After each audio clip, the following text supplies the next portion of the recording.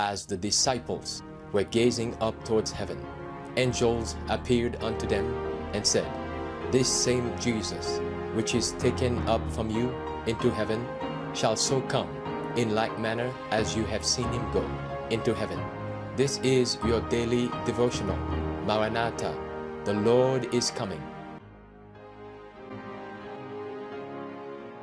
Maranatha, a daily devotional by Ellen G. White. The false revival. Then shall that wicked be revealed, whom the Lord shall consume with the spirit of his mouth, and shall destroy with the brightness of his coming, even him whose coming is after the working of Satan, with all power and signs and lying wonders. 2 Thessalonians 2, verse 8 and 9.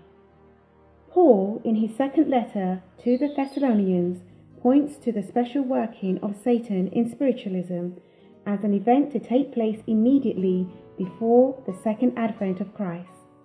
Speaking of Christ's second coming, he declares that it is after the working of Satan with all power and signs and lying wonders.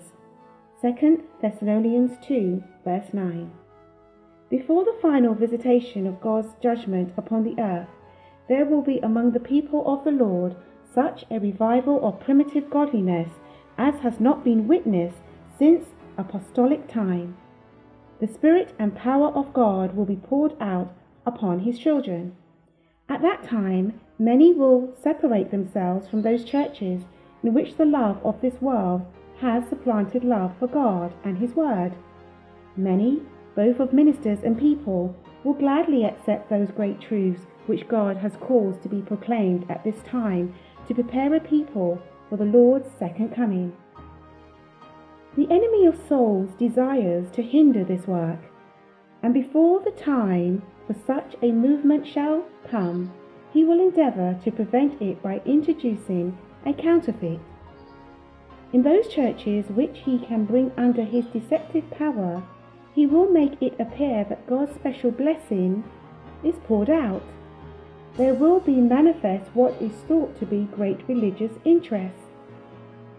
Multitudes will exude that God is working marvellously for them, when the work is that of another spirit, under a religious guise.